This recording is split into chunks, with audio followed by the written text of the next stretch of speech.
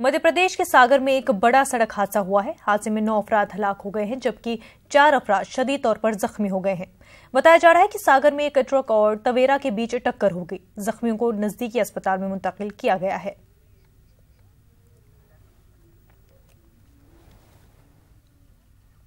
Congress leader Ghulam Nabi Azad ने दावा किया है कि कांग्रेस पार्टी 5 रियासतों में इख्तिदार में आएगी। जयपुर में मीडिया से बात करते हुए उन्होंने कहा कि बीजेपी ने जम्मू कश्मीर में पार्टियों को तोड़ने की कोशिश की है। उन्होंने ये भी कहा कि जम्मू कश्मीर में हुकूमत साजी के लिए बातचीत चल रही है। हमें चारों बल्कि 5 स्टेटों में, मिजोरम से लेकर और तेलंगाना से लेकर छत्तीसगढ़ और मध्य प्रदेश से और राजस्थान तक पूरी उम्मीद है कि कांग्रेस इन 5 राज्यों में सरकार बनाएगी और बीजेपी की हार हो जाएगी। भारतीय जनता पार्टी ने जो 3 साल सरकार चलाई उससे भी ज्यादा खराब हालत हुई। तो आम राजनीतिक दलों का ये कहना था कि हम इकट्ठे क्यों नहीं हो जाएं और सरकार बनाएं। तो अभी वो स्टेज सरकार बनने की वाली नहीं है, लेकिन अभी बातचीत कुछ दलों के बीच में चल रही है। जम्मू कश्मीर से हमारे एडिटर मनोज कौल इस वक्त हमारे साथ जुड़ चुके हैं। मनोज जी, आपसे जानना चाहेंगे कि गुलाम नबी आजाद का एक बहुत बड़ा बयान सामने आया है, उस पर क्या कुछ रद्द-ए-अमल देखने को मिल रहे हैं? ये कुछ दिनों से ऐसी खबरें गश्त कर रही हैं कि पीडीपी, एनसी और कांग्रेस जो है वो मिलकर एक सरकार बना सकती है। लेकिन जितने भी लीडर से हमने बात किया तो डायरेक्टली फिलहाल साफ लफ्जों में कोई भी ऐसी कोई बात मानने के लिए तैयार नहीं है। ऐसा माना जा रहा है कि ये जो एक जिस तरह की जो बातें हो रही हैं ये एक प्रेशर टैक्टिक्स भी हो सकता है, क्योंकि अगर आप देखें मनंजा, पीडीपी और नेशनल कॉन्फ्रेंस की अगर बात करेंगे तो उनकी कॉन्स्टिट्यूंसी एक है, मतलब कश्मीर वैली उनका ज्यादा फोकस रहता है। दोनों पार्टियों का, दोनों रीजनल पार्टीज हैं, तो उनका एक साथ आना बहुत मुश्किल लगता है। और साथ ही यहाँ जिस तरह के हालात हमने देखे हुए हैं, जो पीडीपी और एनसी के दरमियान जिस तरह की जो बयानबाजियां आज तक देखने को मिली हैं, वो उसके चलते भी ऐसा नहीं लगता कि पीडीपी और एनसी एक साथ आएंगे। हालांकि गुलाम नबी आजाद ने भी जिस तरह से कहा है वो भी ये कहते हैं कि बातचीत हो रही है। मतलब ये अभी भी वो भी क्लियर ये नहीं कर पा रहे हैं कि आया किस तरह का फैसला हो सकता है, किस तरह का अलायंस बन सकता है। और मैं आपको बताऊं मनोजा कि हमारे पास जो इन्फॉर्मेशन है, 23 तारीख को गुलाम नबी आजाद जो है कश्मीर के जो सीनियर लीडर्स हैं उनकी मीटिंग भी लेने वाले हैं दिल्ली में। वहां भी कुछ इस तरह की चीजें डिस्कस होंगी। लेकिन फिलहाल जो यहाँ पॉलिटिकल एनालिस्ट हैं उनका ये मानना है कि ये तीनों पार्टियां मिलकर एक ऐसा दबाव बनाना चाहती हैं गवर्नर पे ताकि असेंबली को डिसॉल्व किया जाए, क्योंकि जिस तरह का जो एक जो हम बोले कि एक थर्ड फ्रंट सा बन रहा है, जो सज्जाद लोन जिस तरह के अभी इलेक्शन हुए जिसमें सज्जाद लोन है, कल मुजफ्फर बेग ने बोला कि हम उनके साथ जाने के लिए तैयार हैं।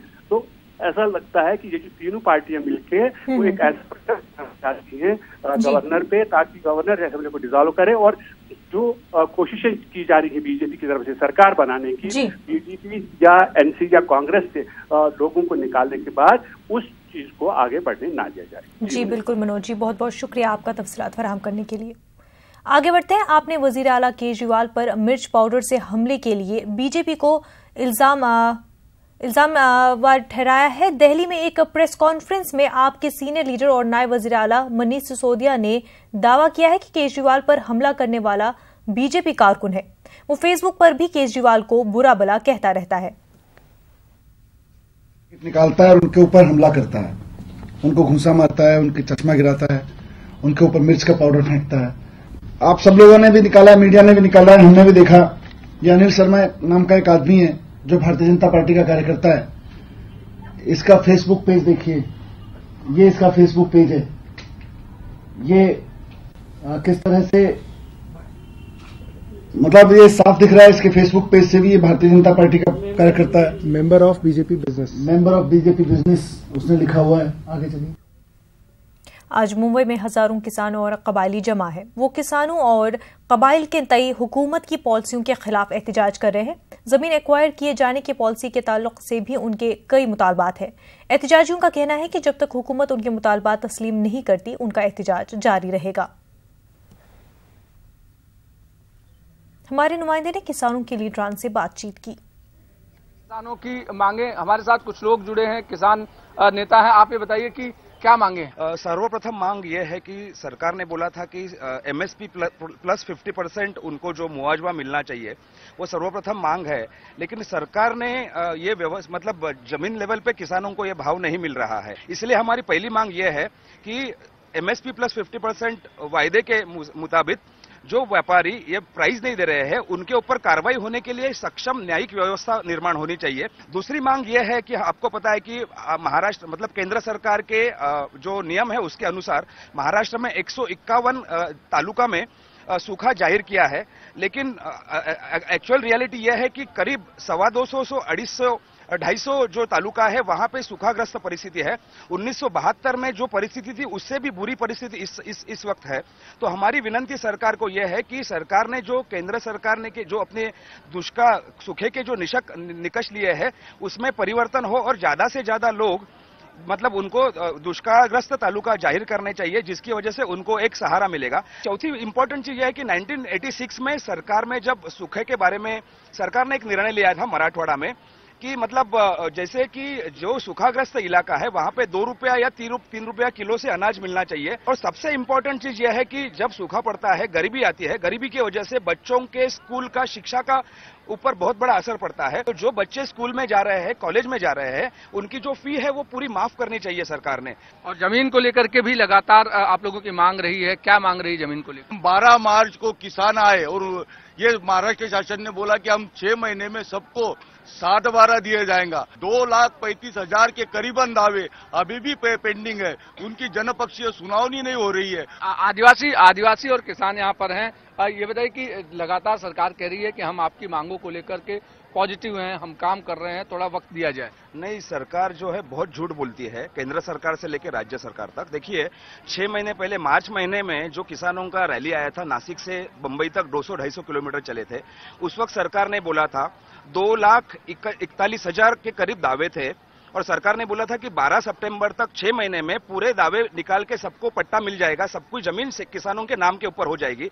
शर्म की बात यह है कि 2,31,000 में से सिर्फ 5,448 दावे सरकार ने क्लियर किए हैं। मतलब 6 महीने में सरकार सिर्फ 2.5% दावे निकाल रहे हैं। इसकी मतलब यह सरकार पूरी तरह से नापास हो गई है। बिल्कुल। तो यहाँ पर जो औरतें हैं वो कह रही हैं कि इनको खेती के लिए जमीन जो कर रहे हैं वो उनके नाम पर चाहिए, साथ ही साथ अभी भी आदिवासियों के पास अपना घर नहीं है, उनको घर देने की बात जो सरकार और दावे कर रही है उसके उलट यहाँ पर कह रही हैं कि इनके पास घर नहीं है और उनको घर चाहिए, उनको खेती के लिए जो जमीन जिस पर काम कर रहे हैं वो चाहिए। और साथ ही साथ जो किसानों के लिए सरकार तमाम सारे वादे की है, दावे कर रही है, उसके उलट सच्चाई ग्राउंड पर नहीं दिखाई पड़ती है। यही वजह है कि सारे के सारे किसान एक बार फिर इकट्ठा हुए हैं। कैमरा राजेश साबले के साथ अभिषेक पांडे, मुंबई, न्यूज 18 इंडिया। बिहार के आरा में डॉक्टर की पिटाई का मामला तूल पकड़ता जा रहा है। डॉक्टर TN अंसारी की पिटाई के खिलाफ अब बिहार हेल्थ सर्विसेज एसोसिएशन ने तिब्बी खिदमात को ठप करने का ऐलान किया है।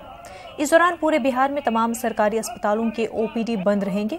डॉक्टरों ने धमकी दी है कि आज रात 12 बजे तक मांगे पूरी नहीं होने पर बिहार में इमरजेंसी की खिदमात भी बंद की जाएंगी। आपको बता दें कि आरा के तमाम हेल्थ कमेटियों से DM को आजाद करने और सिविल सर्जन को सदर बनाने की मांग की गई है। बिहार में डॉक्टरों की हड़ताल पर रियासती वजीर सेहत मंगल पांडे ने न्यूज 18 से खास बात की। CM की मनमानी के खिलाफ पूरे बिहार में डॉक्टर गोलबंद हो गए हैं और पूरे बिहार में OPD ठप कर दिया गया है। हमारे साथ बिहार के स्वास्थ्य मंत्री मंगल पांडे हैं, उनसे जानते हैं सीधा। कल जो घटना घटी है भोजपुर में वो हमारे संज्ञान में आया है और हम चिकित्सक और जिला प्रशासन के जो लोग हैं दोनों लोगों से हमारे अधिकारी बातचीत कर रहे हैं और मैं समझता हूं कि कहीं ना कहीं जो बातचीत को लेके और बात करने के व्यवहार को लेके आपत्ति आरोप प्रत्यारोप हुआ है, इसका निपटारा हम शीघ्र कर लेंगे। पूरे गंभीरता से मैंने कहा, जैसे ही संज्ञान में मेरे आया है हमने विभाग के अधिकारियों को बताया और विभाग के अधिकारी चिकित्सकों के साथ, चिकित्सकों के समूह के साथ और जो जिला प्रशासन के लोग हैं दोनों पक्षों से बातचीत कर रहे हैं। और मुझे उम्मीद है कि चूंकि चिकित्सा क्षेत्र में मूल धर्म हमारा सेवा करना है तो हम उस सेवा धर्म का पालन करते हुए सब लोग काम करेंगे। हमारे अधिकारी जो हैं वो सारे विषयों की समीक्षा कर रहे हैं, चर्चा कर रहे हैं, फिर जैसा जानकारी मिलेगा फिर आगे देखेंगे। पूरी कोशिश होगी कि अनिश्चितकालीन हड़ताल नहीं।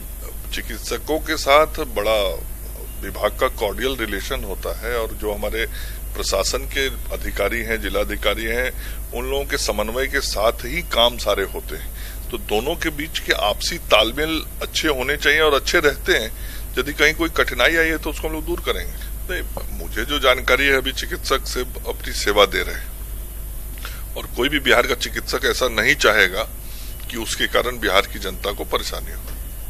तो हमारे साथ स्वास्थ्य मंत्री मंगल पांडे थे। इनका कहना है कि इनके अधिकारी लगातार मॉनिटरिंग कर रहे हैं, पूरे मामले को देख रहे हैं। जरूरत पड़ी तो खुद जो है जांच कमेटी का गठन भी किया जाएगा। लेकिन सबसे बड़ी बात है कि दोपहर 3 बजे का वक्त तय किया गया है, जिसमें आपातकाल बैठक होने वाली है भाषा और आईएमए की। हालांकि इन्होंने कहा है कि बिहार के ही चिकित्सक हैं और बिहार की जनता की उनको फिक्र होगी, इसलिए अनिश्चितकालीन हड़ताल नहीं होगा। लेकिन ये आने वाला वक्त बताएगा। कैमरामैन अशोक के साथ Rajneesh Kumar, news 18 network, Patna. Banaras Hindu university में एक बार फिर रैगिंग का मामला सामने आया है। बीडीएस पहले साल के तालिब इल्म की रैगिंग की गई। तालिब इल्म की रैगिंग का वीडियो आम हुआ, जिसका नोटिस एंटी रैगिंग सेल ने लिया। मामले की तहकीकात का हुक्म दे दिया गया, जिसके बाद 6 तलबा मुअत्तल किए गए। वाज़ेह रहे कि बीएचयू में इस साल रैगिंग का ये दूसरा वाकया है। इससे पहले सितंबर में भी यूनिवर्सिटी में एलएलबी के एक तालिब इल्म को रैगिंग का शिकार बनाया गया था। वजारत मालियात की पार्लिमानी कमेटी की मीटिंग में नोटबंदी के फैसले की सख्त तनकीद की गई है। ज़राए के हवाले से खबर है कि वजारत ज़राअत ने कहा है कि नोटबंदी की कामयाबी पर हुकूमत का दावा खोखला साबित हुआ है और इस फैसले से किसानों पर बहुत बुरा असर पड़ा है। वजारत ज़राअत ने दावा किया है कि नकदी की कमी से लाखों किसान बीज और खाद नहीं खरीद पाए हैं। उन्होंने ये भी कहा कि नोटबंदी के फैसले से बड़े किसानों को ज़राअत के कामों में दिक्कतें आई हैं। टीआरएस से इस्तीफा देने के बाद लोकसभा एमपी के विश्वेश्वर रेड्डी ने कांग्रेस सदर राहुल गांधी से मुलाकात की है। तेलंगाना में असेंबली इंतखाबात से आइन कबल तेलंगाना राष्ट्रीय समिति को गुज़िश्ता रोज यानी एक बड़ा झटका लगा है। चेवेल्ला से मेंबर पार्लियामेंट कोंडा विश्वेश्वर रेड्डी ने इस्तीफा दे दिया। रेड्डी 23 नवंबर को हैदराबाद में होने वाले कांग्रेस की मीटिंग के दौरान यूपीए चेयरपर्सन सोनिया गांधी और सदर कांग्रेस राहुल गांधी की मौजूदगी में पार्टी में शामिल होंगे।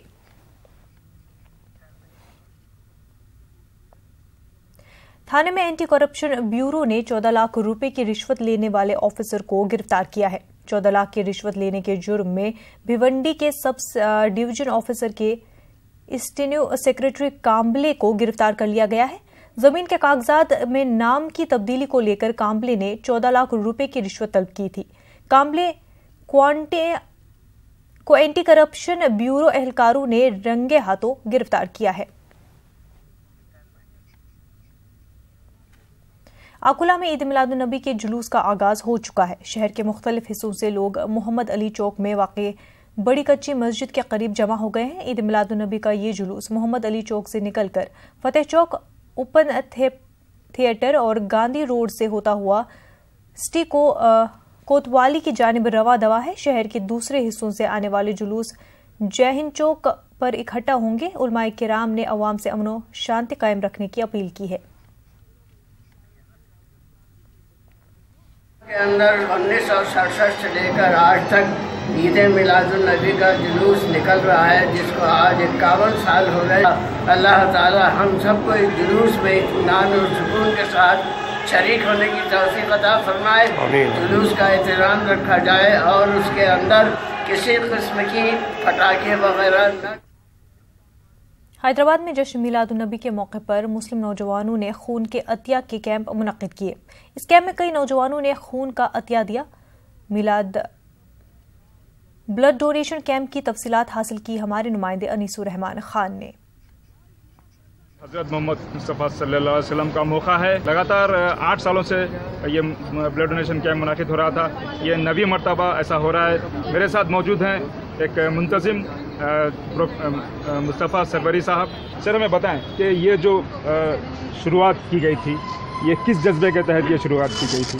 एक जो मिलादुन्नबी के मौके पर ये करना, दरअसल इसका मकसद ये था कि नबी करीम सल्लल्लाहु अलैहि वसल्लम की यौम पैदाइश की मुनासिबत से नबी करीम सल्लल्लाहु अलैहि वसल्लम का जो पैगाम मोहब्बत सारी इंसानियत के लिए है वो सब तक पहुँचाया जाए। और आज के इस 12 रबीउल अव्वल से बेहतर दूसरा कोई मौका नहीं था। इस कैंप से हम वही मैसेज देना चाहते हैं कि हम भी जश्न मीलादुन्नबी सल्लल्लाहु अलैहि वसल्लम में बराबर के शरीक हैं और हम ये खुशी का इजहार कैसे कर रहे हैं, अपने खून का अतिया दे रहे हैं। किसको दे रहे हैं? ज़रूरतमंद मरीज़ों को दे रहे हैं। और हमारे साथ अब जिनका इश्तराक हासिल है वो थैलेसीमिया सिकल सोसाइटी, यानी वो बीमारी जब जिस्म में कुदरती तौर पर खून की पैदावार ख़त्म हो जाती है, उनके लिए ये खून जमा किया जा रहा है। जी हम देख सकते हैं यहाँ पर जो है काफ़ी नौजवान आए हुए हैं। आइए एक नौजवान से बात करते हैं। भाई बताएं आपका नाम क्या है, आप किस जज्बे के तहत यहाँ हैं? मेरा नाम रियासत अली है। तो अल्हम्दुलिल्लाह मैं हर साल देता हूँ ब्लड। इस वजह से देते हैं ताकि ये बताना है, मकसद है कि मुसलमान सिर्फ खून देता है, किसी गन से लेता नहीं है। और ये बताना मकसद है कि हम लोग अमन से है, मुसलमान हैं पूरे और भाई पूरे एक साथ है हम लोग। तो बस ये देने का मकसद यही है कि जिस किसी को भी खून की ज़रूरत है हम उस कन तक खून पहुंचाने का मकसद। जी यहाँ पर मेरे साथ उमूमी साहब हैं। सर बताएं, आप लोगों ने जब 9 साल पहले शायद 9 साल पहले ये जहर शुरू की थी, तो उसके पीछे क्या मकसद था, क्या जज्बा कार फरमा था? आपकी यौम विलादत के वक्त लोग मुख्तलिफ़ अंदाज़ में खुशी मनाते हैं, मुख्तलिफ़ अंदाज़ में काम करते हैं। तो ये भी एक तरीक़ा है जिसके ज़रिए से हुज़ूर पाक सल्लल्लाहु अलैहि वसल्लम की शख्सियत, आपकी ज़ात अक़दस को जो है लोगों तक जो है आपके पैगाम रहमत को पहुँचाए, यही एक जज्बे के तहत शुरू किए। और अल्हम्दुलिल्लाह उसकी वजह से आज तकरीबन शहर में, जैसे ख़ास तौर से आज के दिन है, तकरीबन ये इत्तला हम आपको मिली है कि 100 से ज़ायद जो है ब्लड डोनेशन कैंप रखे गए हैं। तो यही वजह है कि इंसानियत के लिए काम करें, ह्यूमैनिटी के लिए काम करें और हुज़ूर की पैगाम रहमत आम करें, यही मकसद हमारा। जी आपकी तंजीम एक और काम करती है, जो कैदी हैं उनको भी छुड़ाने का काम करती है, तो उस बारे में हमें बताएं। गुज़िश्ता साल हम लोग तकरीबन 73 लोगों को आज़ाद किए थे, जिसके अंदर मुस्लिम नॉन मुस्लिम सब है।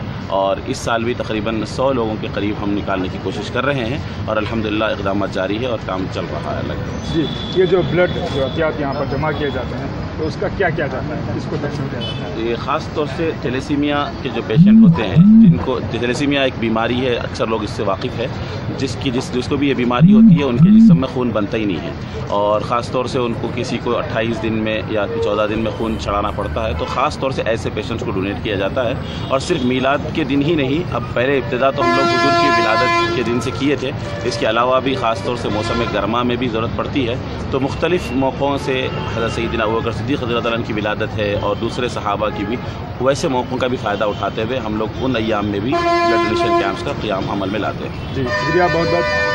मेरे साथ जो थैलेसीमिया सोसाइटी जिम्मेदार हैं, प्रेसिडेंट साहब हैं। ब्लड डोनेशन ऑर्गेनाइजर्स का दिल से शुक्रिया अदा करना चाहता हूं, जो पिछले 9 साल से हमको यहां पर ब्लड डोनेशन कैंप देते हैं। बहुत दिल से यहां पर लोग ब्लड डोनेशन के लिए आते हैं और बड़ी तादाद में ब्लड डोनेशन हमको मिलता है।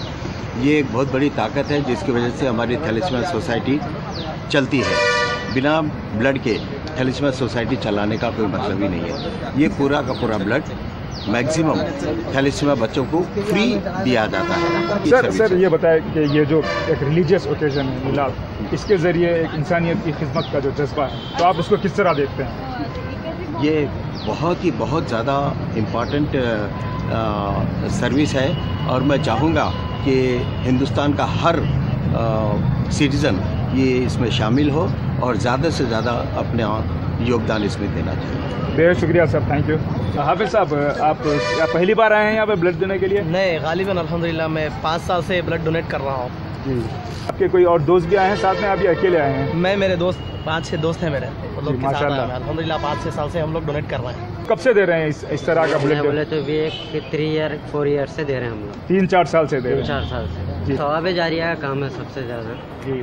तो अपने को जो सबको मरना का है, अल्लाह ताला को मुँह दिखाने का है, वही शेख चेहरा है जो किसी की ज़िंदगी बचा सकते हैं, किसी के खून को देखे अपन जी। वही हिसाब में जैसा हम लोग आए हुए हैं जी, सवाब के वास्ते। नाज़रीन, जैसा कि आप देख सकते हैं, हैदराबाद में हम हैदराबाद सेंट्रल लाइब्रेरी में खून के अतिये का कैंप मुनाकिद किया गया है। कैमरामैन राजेंद्र के साथ मैं अनीसुर रहमान, न्यूज़ 18 उर्दू, हैदराबाद।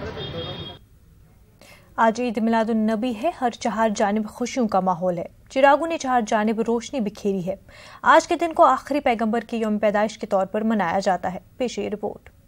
मोहम्मद नूर मुजस्सम या हबीबी या मौला।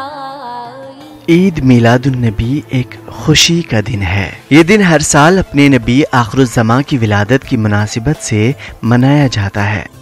ये रबीउल अव्वल के महीने में आता है, जो इस्लामी तक़वीम के लिहाज से तीसरा महीना है। ईद मिलादुन्नबी पूरे मजहबी अक़ीदत और एहतराम से मनाया जाता है।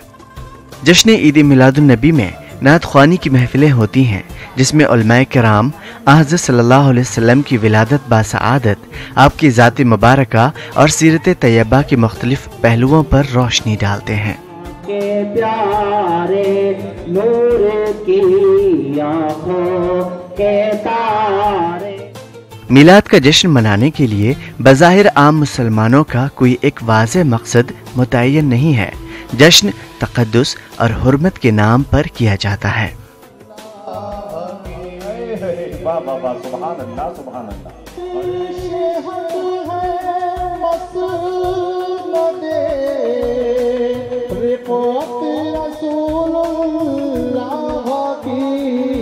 इस महीने में, इन दिनों में अल्लाह के रसूल दुनिया में तशरीफ़ लाए और ये पूरी दुनिया के अंधेरे को मिटाकर अल्लाह के रसूल ने पूरी दुनिया में उजाला कर दिया। आपके आने से पहले ज़माना कैसा था और आने के बाद दुनिया में क्या चेंजिंग और तब्दीली आई, इन सारी चीज़ों का पैगाम दिया जाता है। मुरव्वज मिलाद के सिलसिले में वैसे तो उलमाए किराम के मुख्तलिफ आरा हैं। सैयद सुलेमान नदवी सीरतुन्नबी की तीसरी जिल्द में अपनी राय में लिखते हैं कि मलिक मुअज़्ज़म मुज़फ़्फ़रुद्दीन इब्न ज़ैनुल आबिदीन वो पहला शख्स है जिसने इस महीने को विलादत नबवी की यादगार और महफिल मिलाद का ज़माना बनाया और जिसने मजलिस मिलाद सरकारी तौर पर कायम की। ये भी कहा जाता है कि सलीबी जंगों के दौरान ये रिवाज अवाम में जोर पकड़ता चला गया।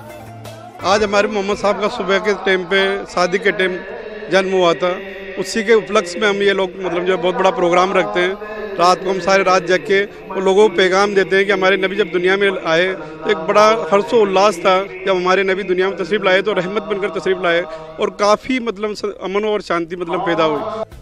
वक्त के साथ साथ लोगों ने इस दिन की पाकीज़गी को फरामोश कर दिया। डीजे, गाने बजाने, बाइक स्टंट और रक्स सुरूर की महफिलें मुनाकिद की जाने लगी। हालांकि उलमाए किराम ने इन तमाम चीजों को हराम करार दिया है। इन तमाम राइज रवायतों के बावजूद शहर के सरकर्दा अफराद और उलमाए किराम खून अतिया कैंप और दीगर इंसानियत नवाज प्रोग्राम को आम करने की कोशिशें कर रहे हैं। उम्मीद है कि इस दिन की पाकीज़गी को बरकरार रखते हुए कौम फराइज़ की जानिब अपनी तवज्जो मबजूल कराएगी। Bureau report, news 18 Urdu. नाज़रीन, एक बड़ी खबर सामने आ रही है। बॉम्बे हाई कोर्ट में टली पुरोहित पर समाअत। पुरोहित और साध्वी समीर कुलकर्णी ने दाखिल की थी अर्जदाश्त। मालेगांव बम के मामले में हटाया जाए UAPA अर्जदाश्त में किया गया था मुतालबा। सुप्रीम कोर्ट की हिदायत पर आज हाई कोर्ट को करनी थी समाअत। नाज़रीन, आपको बता दें, बॉम्बे हाई कोर्ट में टली पुरोहित पर समाअत। पुरोहित और साध्वी समीर कुलकर्णी ने दाखिल की थी अर्जदाश्त। मालेगांव बम धमाके के मामले में हटाया जाए UAPA अर्जदाश्त में किया गया था मुतालबा। सुप्रीम कोर्ट की हिदायत पर आज हाई कोर्ट को करनी थी समाअत। बॉम्बे हाई कोर्ट में टली पुरोहित पर समाअत। पुरोहित और साध्वी समीर कुलकर्णी ने दाखिल की थी अर्जदाश्त। आपको बता दें, मालेगांव बम धमाके के मामले में हटाया जाए UAPA अर्जदाश्त में किया गया था मुतालबा।